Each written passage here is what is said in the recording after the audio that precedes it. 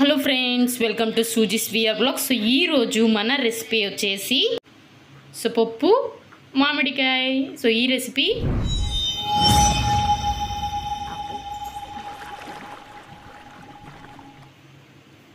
ఈ ఆవకాయతో మనం పప్పు ఎలా రెడీ చేసుకోవాలో, ఈ సమ్మర్ సీజన్లో మనకి దొరికే మ్యాంగోస్తో మనం పప్పు ఎలా చేసుకోవాలో చూసేసుకుందాం. ఫస్ట్ అయితే నేను ఇక్కడ కందిపప్పు తీసుకుంటున్నాను.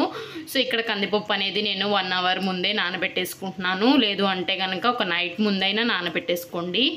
సో ఖచ్చితంగా 2-3 అవర్స్ వరకు మనకి నానితేనే పప్పు అనేది బాగా ఉడుకుతుంది. నెక్స్ట్ ఇంకొకటి, పప్పు మనకి త్వరగా ఉడకాలి అంటే ఫస్ట్ మనం నానబెట్టే ముందు దాన్ని బాగా కొంచెం ఫ్రై చేసేసుకోవాలి. సో ఇప్పుడైతే నేను ఒక నైట్ ముందు తీసుకున్నాను. ముందు నైట్కే ఇది పప్పు అనేది ఇలా నీట్గా లో ఫ్లేమ్లో ఫ్రై చేసేసుకుంటున్నాను. చూస్తున్నారు కదా. సో మనకి పప్పు ఫ్రై అయిందా లేదా అని తెలియాలి అంటే కొంచెం సేపు ఆగిన తర్వాత అది ఫ్రై అయినప్పుడు మంచి స్మెల్ అనేది వస్తుంది. సో అలా వచ్చిందంటే మనం ఆఫ్ చేసేసుకొని, సో ఇందులో మనం పప్పు అంతా మునిగేంత వరకు వాటర్ పోసేసుకోవాలి. సో ఇలా వాటర్ వేసుకొని మనం 2-3 అవర్స్ తర్వాత చూస్తే కనుక మనకి పప్పు అనేది బాగా నానిపోతుంది. సో ఇక్కడైతే నేను పప్పు అయితే నానబెట్టేసుకున్నాను. ఈ రెసిపీ అనేది చాలా ఈజీగా ఉంటుంది, మీరు ట్రై చేయండి. సో ఇక్కడైతే మనకి పప్పు అనేది నానిపోయింది, చూసారు కదా. సో ఇక్కడ పప్పు అయితే నానింది. దీన్ని నీట్గా 2 టైమ్స్ అనేది వాష్ చేసేసుకుంటున్నాను. సో ఈ పప్పు కడిగిన నీళ్ళు ఏవైనా ఉన్నాయి అంటే కనుక అవి మొక్కలకి యూస్ చేసుకోండి, చాలా మంచిది మొక్కలకి. సో ఇక్కడైతే నేను పప్పు నీట్గా కడిగేసుకొని స్టవ్ మీద పెట్టేసుకున్నాను. సో ఇందులోకి మనం వాటర్ తీసుకోవాలి. నేనైతే ఏ గిన్నెతో పప్పు అనేది కొలుచుకున్నాను అదే గిన్నెతో 2 గ్లాసెస్ వరకు వాటర్ అనేది తీసుకుంటున్నాను. సో మనకి కొలత తీసుకుంటే పప్పు అనేది బాగా ఉడుకుతుంది. సో ఆవకాయతో పప్పు సూపర్ టేస్టీగా ఉంటుంది. సో నేను చెప్పిన విధంగా మీరు కూడా ట్రై చేయండి, త్వరగా అయిపోతుంది. సో ఇందులోకి నేను చిటికెడు పసుపు, నెక్స్ట్ కొంచెం కరివేపాకు వేసుకుంటున్నాను. చూసారు కదా, కడిగిన పప్పులో నీట్గా పసుపు అండ్ కరివేపాకు కూడా వేసేసుకొని ఇందులో 2 గ్లాసెస్ వరకు వాటర్ తీసుకుంటున్నాను. సో ఇలా 2 గ్లాసెస్ వరకు వాటర్ తీసుకొని దీన్ని ఫస్ట్ మనం పప్పుని బాగా కొంచెం సేపు ఉడికించుకోవాలి. సో ఇక్కడైతే నేను కుక్కర్ లేదు కాబట్టి సో ఈ బౌల్లో కుక్ చేసేసుకుంటున్నాను. పప్పు కుక్కర్లో ఉంటే మనకి 2-3 విజిల్స్ వరకు వస్తే సరిపోతుంది. సో ఆ పప్పు అనేది ఉడికేంతలోపు నేను ఇక్కడ ఒక మామిడికాయ తీసుకున్నాను అనమాట, పచ్చిది. సో ఇలాగా ఫస్ట్ దీనిపైన ఉన్న స్కిన్ అంతా తీసేయాలి, పైన తోలంతా నీట్గా చెక్కేసుకోవాలి. సో మనకి ఈ సీజన్లో మాత్రమే ఇవి దొరుకుతాయి కాబట్టి మనం పప్పు మామిడికాయ ఇప్పుడే చేసుకుంటే చాలా బాగుంటుంది అండ్ పుల్లగా సూపర్ టేస్టీగా కూడా ఉంటుంది. సో ఇక్కడైతే నేను పైన ఉన్న తొక్కంతా తీసేసాను. నెక్స్ట్ దీన్ని పీసెస్ లాగా చిన్న ముక్కలుగా కట్ చేసుకుంటే సరిపోతుంది. మరీ పెద్ద ముక్కలుగా అవసరం లేదండి, చిన్న ముక్కలుగా అయితే కట్ చేసుకొని తీసుకోవాలి. మనం ఒక ప్లేట్లోకి తీసేసుకుంటే సరిపోతుంది అనమాట. సో ఇలా నేనైతే ముక్కలు కట్ చేసేసుకున్నాను. నెక్స్ట్ మనం పప్పు ఎంత ప్రాసెస్ ఎంతవరకు ఉడికిందో చూసేద్దాం. సో కొంచెం పొంగ అయితే వచ్చేసి కొంచెం పప్పు అయితే ఉడికిపోయింది. సో ఇలా మనకి పప్పు అనేది ఉడికిన తరువాత సో ఇందులోకి మనం కట్ చేసుకున్న మామిడికాయ ముక్కలు వేసేసుకోవాలి. మరి పులుపు ఎలా తెలుస్తుంది అంటే, మనం ఏదైతే బౌల్తో పప్పు అనేది కొలుచుకున్నామో ఒక కప్పుడు పప్పుకి 1/2 కప్పు ఆర్ 1/4 కప్పు అయితే మనకి మామిడికాయ ముక్కలు తీసేసుకోవాలి. అదైతే పర్ఫెక్ట్గా ఉంటుంది, పులుపు ఎక్కువ అవ్వకుండా తక్కువ అవ్వకుండా పర్ఫెక్ట్గా సరిపోతుంది.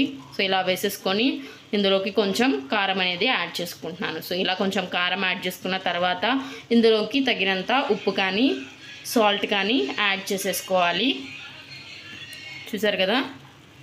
సో ఇక్కడ నేను ఉప్పు కూడా యాడ్ చేసేసుకుంటున్నాను. ఇలా ఉప్పు కూడా యాడ్ చేసేసుకున్న తర్వాత మనం దీన్ని బాగా ఉడికించుకోవాలి. నీళ్లు లేవు అనుకుంటే మనం ఇంకొన్ని నీళ్లు పోసేసుకుంటే సరిపోతుంది, 1/2 కప్పు వరకు. సో నేనైతే ఇక్కడ 1/2 కప్పు వరకు నీళ్లు తీసుకొని ఇలా మళ్ళీ క్లోజ్ చేసుకుంటున్నాను, మళ్ళీ ఉడికేంత వరకు. సో చూసారు కదా, ఇక్కడ నేను ఒక 20 మినిట్స్ తర్వాత చూస్తే పప్పు ఆల్మోస్ట్ ఉడికిపోతుంది, దగ్గర పడిపోతుంది. మీకు ఇలా అయితే పర్ఫెక్ట్గా సరిపోతుంది. ఇలా అయిపోయిన తర్వాత ఆఫ్ చేసేసుకొని పప్పు గుత్తితోని మనం తిప్పేసుకుంటే పప్పు అనేది మెత్తగా అయిపోతుంది. చూసారు కదా, ఇక్కడైతే నేను నీట్గా తిప్పేసుకున్నాను.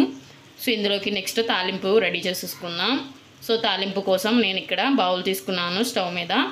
సో దానికి కావాల్సినవి తాలింపులు, వెల్లుల్లి, పచ్చిమిర్చి, ఎండుమిర్చి, కొంచెం కరివేపాకు, జీలకర్ర. సో ఇవన్నీ రెడీగా పెట్టేసుకున్నాను. ఇప్పుడైతే తాలింపు వేసేసుకుందాం. ఎవరైతే మన వీడియోస్ చూస్తున్నారో లాస్ట్ వరకు చూసేయండి అండ్ సబ్స్క్రైబ్ చేసుకోండి.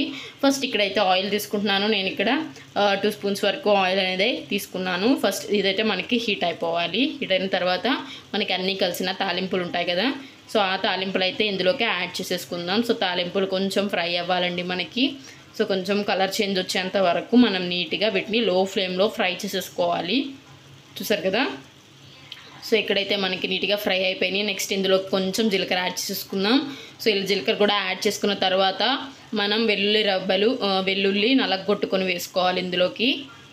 సో వెల్లుల్లి కూడా వేసేసుకొని కొంచెం కలర్ చేంజ్ వచ్చేంత వరకు ఫ్రై చేసేసుకోవాలి. నెక్స్ట్ 2 పచ్చిమిర్చి బారుగా కట్ చేసేసుకొని వేసుకున్నాను ఇక్కడ. నెక్స్ట్ ఇందులోకి ఎండుమిర్చిని కూడా యాడ్ చేసేసుకుందాం. సో ఇలా ఎండుమిర్చిని కూడా యాడ్ చేసుకొని వీటన్నిటిని బాగా ఫ్రై చేసేసుకోవాలి మంచి కలర్ వచ్చేంత వరకు. నెక్స్ట్ ఇందులోకి మనం ఏదైతే తీసుకున్నామో కరివేపాకు కూడా యాడ్ చేసేసుకుందాం. సో ఈ కరివేపాకు కూడా యాడ్ చేసేసుకొని సో ఇదంతా మనకి బాగా ఫ్రై అయ్యేంత వరకు స్లో ఫ్లేమ్లో పెట్టేసుకొని తాలింపు అంతా ఫ్రై చేసేసుకోవాలి. ఫ్రై అయిపోయిన తర్వాత మనం స్టవ్ ఆఫ్ చేసేసుకొని దీనంతా పప్పు అయితే ఏదైతే ఉందో సో అందులోకి నేను పోసేసుకుంటున్నాను. ఇక్కడ చూసారు కదా వేడివేడిగా ఉంది, తెలిసిపోతుంది. సో మన తాలింపు ఉంటేనే మంచి చూడడానికి కూడా చాలా బాగుంటుంది అండ్ టేస్టీగా కూడా ఉంటుంది. సో ఇలా తాలింపు వేసేసుకున్న తర్వాత దీన్ని మొత్తం బాగా కలిపేసుకోవాలి మెత్తగా. చూసారు కదా, అంతే అండి, పప్పు ఆవకాయ రెడీ. సూపర్ టేస్టీగా ఉంటుంది. మీరు కూడా ఈ రెసిపీ అనేది ట్రై చేయండి. సో మనకి వేడి అన్నంలో ఈ పప్పు అనేది వేసుకొని సో ఏమైనా చిప్స్ అవి తీసుకుంటే కనుక సూపర్ టేస్టీగా ఉంటుంది. సో ఈ రెసిపీని మీరు ట్రై చేయండి and subscribe to my channel Suji's VR vlogs and bye.